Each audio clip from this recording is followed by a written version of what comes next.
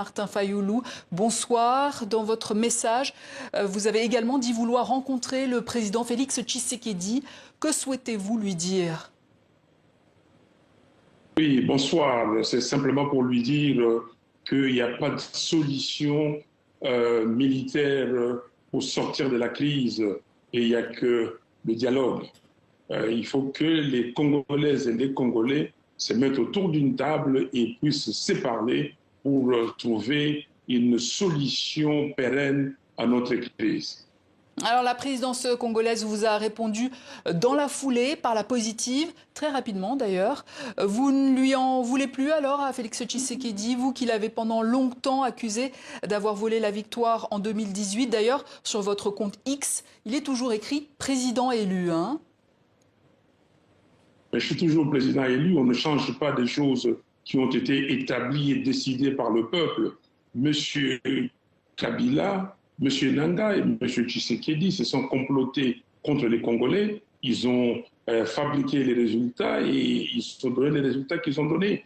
Donc ça reste, c'est éternel. Mais maintenant, il faut rester à ce niveau-là ou bien il faut aller plus loin pour trouver des solutions à la crise. Et la crise est profonde. Et cette crise veut amener à la balkanisation de notre pays. Et je connais l'histoire de ces pays. Je sais ce qui se décide pour ces pays. Je ne peux pas assister, moi, vivant, que ces pays soient balkanisés. Et c'est pour cela que j'ai pris mon bâton de pèlerin, et depuis longtemps d'ailleurs, j'ai consulté les évêques, le pasteur, depuis, je les ai poussés à être à la tête de l'organisation du dialogue congolais.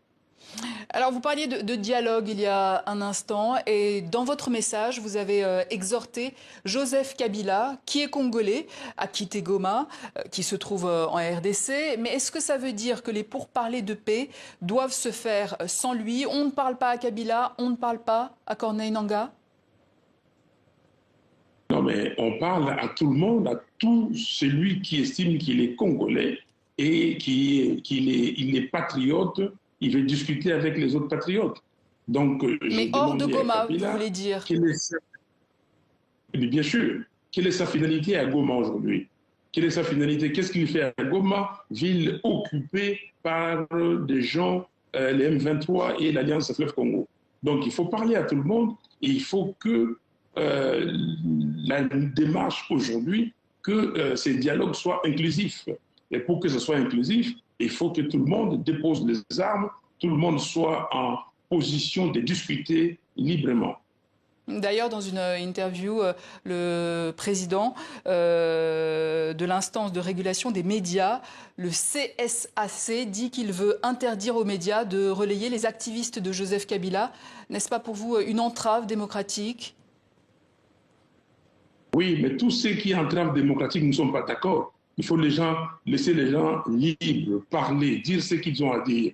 Et cela ne veut pas dire si les gens racontent des bêtises, ça peut intimider. On a raconté beaucoup sur moi, mais les gens, je demande qu'ils amènent des preuves.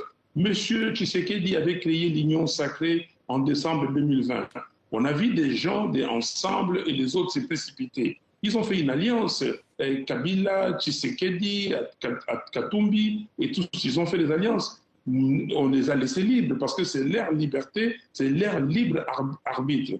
Je ne suis pas d'accord pour la restriction des libertés des paroles, des libertés individuelles. Il faut laisser les gens parler, mais la vérité est têtue. La vérité finit toujours par triompher. Notre célèbre artiste musicien Koffi Olomide avait dit que le mensonge arrive par l'ascenseur, mais la vérité arrive par les escaliers, mais elle arrive. Et la vérité finira par triompher. On parlait d'accord de paix, justement. Il y a un deal, minerai contre sécurité, qui est en train d'être négocié entre Kinshasa et Washington.